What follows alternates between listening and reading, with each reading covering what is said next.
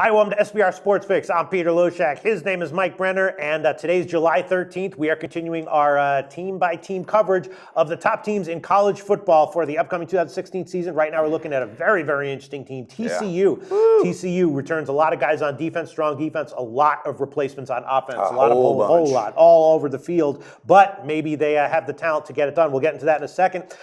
They are currently the second choice to win the Big 12, but way behind Oklahoma. Right now, Oklahoma is minus 120 to win the Big 12. TCU is the second choice, but they're plus 570, 6-1. So, that's understandable. Just if you look at how much they lost on offense, of course, they're not going to be the favorite. Of course, they're going to get knocked down. The question is, how much will they be able to replace all that talent to win the national championship? 50-1, and their season win total is 8, but the over is minus 210. The under is plus 160. And of course, it's a team of a tale of two. What's the word? What's the difference? What are offense and defense called? Squads. Yeah, two squads. Patterson's a defensive-minded coach, and they return a strong defense, a lot of guys on defense. And the big question is, how much will they be able to fill all the holes on offense? Trevon Boykin is far from the only huge loss they have on offense, right? Pistol Pete, you dove into the think tank. I love it, buddy. Yeah, you nailed it. And I'm actually a little surprised at the number 8 ranking. This is a team I'm going to look to fade because of Patterson's strengths and the fact that they lost 8 offensive starters. And you just didn't lose 8. Where are you seeing number 8 ranking, though? By the AP? That's what I saw. Because by Vegas, they're not ranked number 8. Yeah, I saw them at number 8. I sure did. And I'm going to fade this team. I saw plus 3,300 to win the national championship. I mean, and again, I saw plus 570 to win the Big 12. Yeah. But I don't know. I just think the defense is solid, but they're not going to be scoring any points. And if anybody's taking a look at this team's schedule, all right, it's no walk in the park. And I just think they have too many holes to fill, Pete. I think it'll take, and if they do, which obviously they got talent behind it, they have a hell of a recruiting system, but it's probably going to take 3 to 4 weeks before that starts gelling. And there's 2 spots in that first part of their schedule that I like and I look to fade. There's the betting edge for me for TCU. What are those 2 spots that you're looking to fade? The Arkansas game? Arkansas, absolutely. And believe it or not, Iowa State at home. Look out. And I think that's dangerous. And of course, then because they're going to be overlooking, they got Oklahoma right around the corner. So I can't disagree with Iowa State. Iowa State's a perennially undervalued giant killer. I am going to disagree with you, though, on TCU overall. Okay. You think they're not going to score any points. Why do you think they're not going to use the replacement quarterback, Kenny Hill from Texas A&M? A ton of potential. Sure. Didn't really pan out at Texas A&M. I think he got overblamed. Took a lot more blame than he deserved for his relative failures at Texas A&M. But they've got talent in the receiving corps. They do. Up the wazoo. Excuse my language, but here it's appropriate. If that's the worst you're going to put out there, hell, I'll get fired. Talent in their receiving corps is up the wazoo this year. It is, but here's the thing, Pete. Had this been a quarterback that was fresh out of a high school team and he's learning the system, that's one thing, and it still takes time. But now you've got a quarterback that has experience with an in-state rivalry, okay? Now he comes over, all right, he's got to learn a whole new system. He's already got a set way in his ways, all right? Plus he had the thing, he took a lot of blame for shit he didn't need to, and that got to him mentally. It's part of the reason he left. I think it's going to take time. Can this team put it? Hell yeah, they're Gary Patterson. He doesn't mess around. But I'm telling you, the first 4 to 5 weeks, it's going to take time. I think this team is really looking for a downslide. Again, high school quarterback coming up, top prospect. He's ready to learn your system. Now you got a kid coming from somewhere else.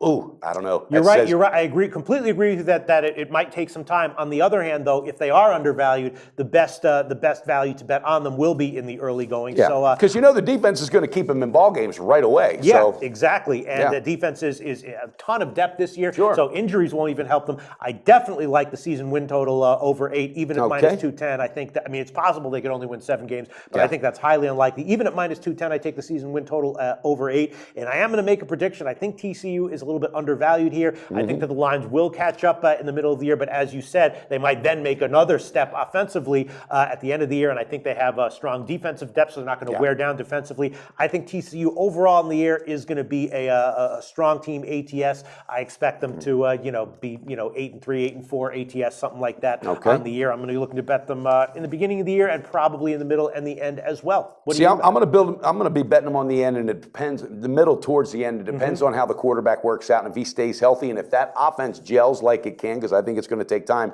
I think there's a couple games they're going to grab Texas, Oklahoma State, and Texas Tech. I think they can get all of that. When you get those in-state rivalries and all that, it really makes it fun. But that's where Patterson thrives. Baylor, I think they're going to crush. Baylor's really got a lot of issues. So I think the second half is definitely strong for TCU. I'm going to bet them, and I like the over in the team total if they stay healthy because of their defense. All right, we'll see what the line is for the Arkansas game. That's also a week 2 game, and the reports I've read are that Patterson's been talking about stopping the Arkansas's running game for months. Ooh. So I don't know what the line is going to be. You know, that's huge. But God, you Pete, know, I can't wait. Are you feeling it? I am. Well, we'll see. We'll see what the line is. I mean, if TCU. No, I'm talking about just the feel in the air, college football, sports betting. Well, listen, I need. I don't feel it until I finally see an actual line that I can bet. Okay. You know? But I'm definitely. I'll be interested to see what the line is for that TCU Arkansas game. In fact, I'm going to check what the early lines are because I haven't. There are early lines out at some places for these games, and I haven't checked it. But TCU is definitely gearing up to stop the run with Arkansas. I'm high on this team overall, not necessarily to bet. I not necessarily wouldn't bet them at 6-1 to win the Big 12. Yeah. But I would bet on them to go over the season win total and to be a good bet against the spread. Mike Brenner. You got it. I Great think the quarterback's breakdown. going to be pretty good. I think they will put up the points in the air raid offense, roughly the same as they have in right. preview. I mean, Trevon Boykin himself wasn't expected to be Trevon Boykin when he first came. He was just another guy with a name. People were like, who's this? And it took a little bit of time, but once he did, he grabbed it and he really held on to it and did a fine job. All right, fine so young man. Mike Brenner is super pumped for college football, and when it comes around, what are some of the tools that people need to use at SBR? I mean, college right now, I just opened up 2 more accounts, and I'm not kidding you, because there's such a difference in the line movements and what you can grab advantage-wise from one book to the other. And there will be, when we start doing our game coverage, there will be split lines. So you will be able to get a half point if you can line shop. Exactly, and it's just so important you know that. And guys, click that like button because we love doing this and we want to hang around for college football. Always on the go? Bet365 has one of the top mobile platforms in today's market. Sign up today and don't let your busy life keep you out of the game.